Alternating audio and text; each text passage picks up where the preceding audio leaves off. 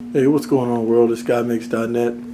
We're here live, man. Ali, man, what's your story, man? Go ahead.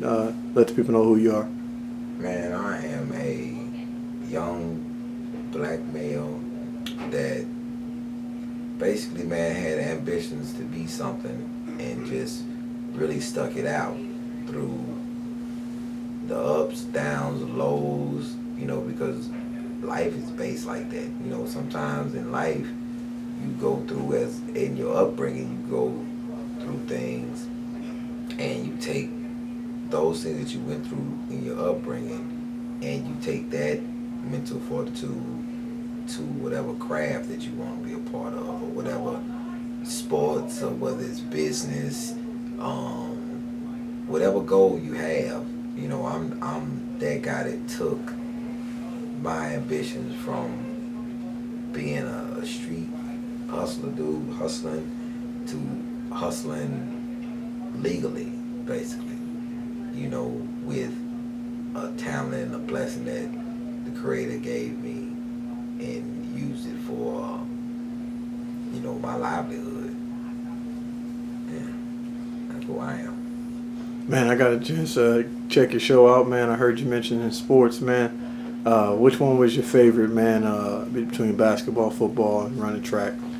Basketball, man. I still play whenever I get the opportunity to play. I play, and not as slashy and that I used to be. Now I'm a smarter player, like kind of like Jordan was. Jordan, he was dunking on people violently, at one point. Then he hurt his knee, and then he developed a jump shot because he didn't have one at first. So with with me, I take that same mentality to the stage. That's why every year I challenge myself to be able to develop a different comedic skill. At first I was doing standing up all the time. Then I moved to just standing in place. Then I moved to being able to sit down on the stool. Then I moved to from the stool to the chair. So just to keep my career as long as it possibly could go, because my philosophy and what I've seen, comics really don't retire, we die.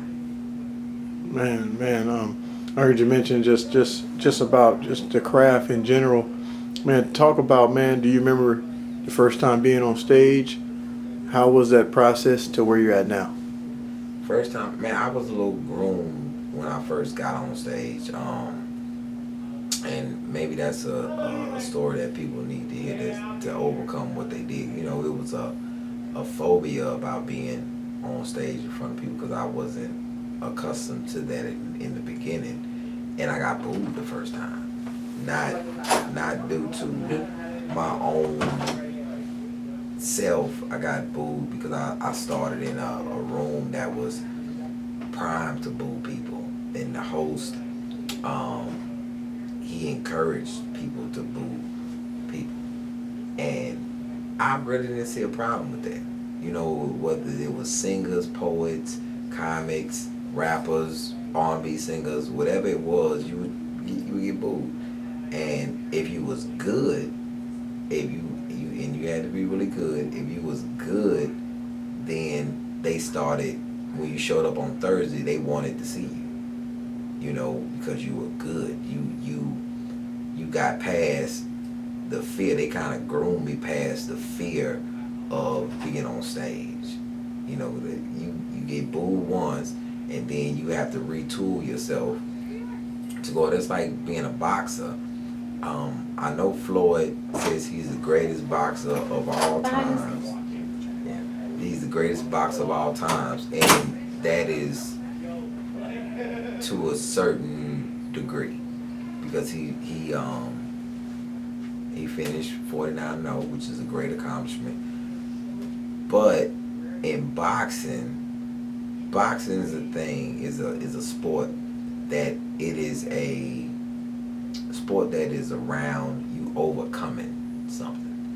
So Muhammad Ali is a 4-time world champion. That's because he lost 3 times. he came back from that. It's harder to come back than to keep going, and you always tasting victory than when you taste defeat. Because in life, that's what happens with people in life.